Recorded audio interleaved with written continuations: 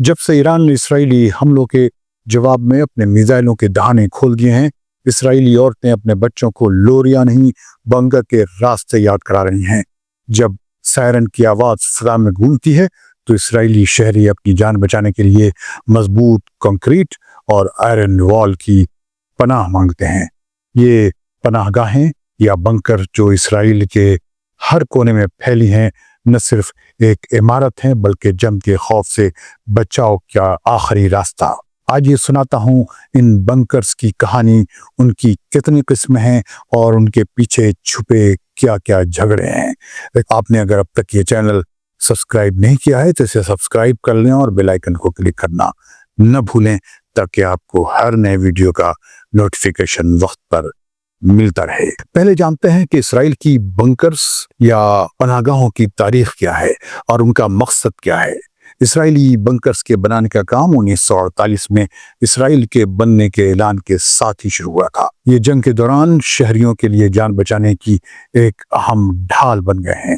1971 میں اسرائیلی civil defence لا نافذ ہوا، جس نے تمام شہروں اور دیہاتوں میں پبلک بنکرز بنانا ضروری قرار دیا جو ایمرجنسی حالات کے لیے تھے۔ 70s میں انڈر گراؤنڈ پبلک بنکرز کے سسٹم کو مزید ایڈوانس بنایا گیا۔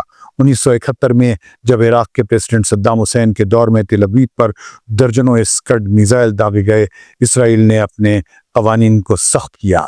نئے قانون کے تحت ہر نئی عمارت میں ایک فورٹیفائیڈ روم بنانا لازمی قرار دیا گیا اور اسے بلڈنگ بنانے کی پرمٹ کا بنیادی شرط بنایا گیا۔ اس عراقی حملے کے بعد اسرائیلی آرمی کے تحت ہوم فرنٹ کمانڈ قائم کی گئی، جس نے سول ڈیفنس کی جگہ لی۔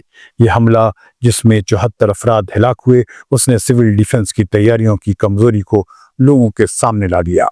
ہوم فرنٹ کمانڈز نے پبلک بنکرز کی تعمیر، مینٹیننس اور ان پر ٹریننگ کی ذمہ داری سنبھالی، جو لوکل اتھارٹیز کے ساتھ مل کر کام کرتی ہے۔ جولائی 2006 کی لبنان جنگ کے بعد اسرائیل نے ناردرن ایریاز میں حزب اللہ کے میزائلوں سے نمٹنے کے لیے مزید پبلک اور پرائیویٹ بنکرز کی تعمیر کا پلان بنایا۔ بعد میں غزہ کے ریزسٹنس گروپس کے ایڈوانسڈ میزائلوں کے پیش نظر یہ پلان پورے ملک تک پھیل گیا۔ اب یہ سمجھتے ہیں کہ اسرائیل میں بنکرز کی کون کون سی قسمیں ہیں۔ 2021 کی آفیشیل اسٹیٹسٹکس کے مطابق اسرائیل میں تقریباً 1 ملین بنکرز ہیں، جن میں سے 7 لاکھ پرائیویٹ ہیں، جیسا کہ اسرائیلی پارلیمنٹ یا کنیسٹ کے ریسرچ ڈپارٹمنٹ نے رپورٹ کیا ہے۔ اسرائیلی بنکرز کی کئی قسمیں ہیں۔ مماد، ایک فلیٹ کے لیے مخصوص پرائیویٹ بنکر۔ مماد، ریزیڈنشل بلڈنگز میں کامن پناہ گاہ۔ مکلت، میونسپلٹیز کے زیر انتظام پبلک پناہ گاہیں جو پبلک پلیسز پر بنائی گئی ہیں۔ اس کے علاوہ گورنمنٹ ایجنسیز کے فورٹیفائیڈ رومز بھی ہیں۔ 7 اکتوبر 2023 کو فلسطینی ریزسٹنس آپریشن طوفان اقصیٰ کے بعد جو غزہ کے قریب اسرائیلی سیٹلمنٹس پر لانچ کیا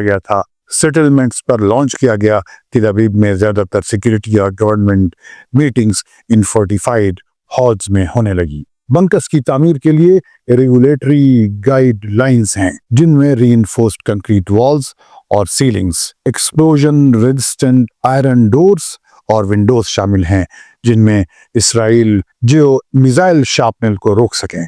ان میں وینٹیلیشن اور ایئر کنڈیشن سسٹم ہوتے ہیں جو نارمل اور ایمرجنسی حالات میں کام کرتے ہیں۔ کچھ بنکرز میں عبادت گاہیں یا پریئر رومز ہیں، بارز ہیں، ڈانس ایریاز ہیں اور یہاں تک کہ کیمیکل ویپن اٹیک سے پروٹیکشن کے لیے فورٹیفائیڈ فیچرز بھی ہیں۔ قانون کے مطابق پرائیویٹ بنکرز کا ایریا 5 اسکوائر میٹر سے کم اور 12.5 اسکوائر میٹر سے زیادہ نہیں ہو سکتا۔ یہ بنکرز یا پناہ گاہیں آخری ڈیفنس لائن ہیں۔ اسرائیلی شہری بنکرز کو جنگ کے دوران اپنی آخری ڈیفنس لائن سمجھتے ہیں، جو military layer air defence system کے بعد آتی ہے، جو اندرونی طور پر باہر میزائل اٹیکس کو انٹرسپٹ کرنے کے لیے ڈیزائنڈ ہے۔ ہوم فرنٹ کمانڈ شہریوں کے لیے ریگولر ٹریننگ آرگنائز کرتی ہے، جس میں سائرن بجنے پر ایکشن، قریبی پناہ گاہ تک پہنچنے کا طریقہ اور ہر ایریا کے لیے کافی ٹائم یعنی 10 سیکنڈ سے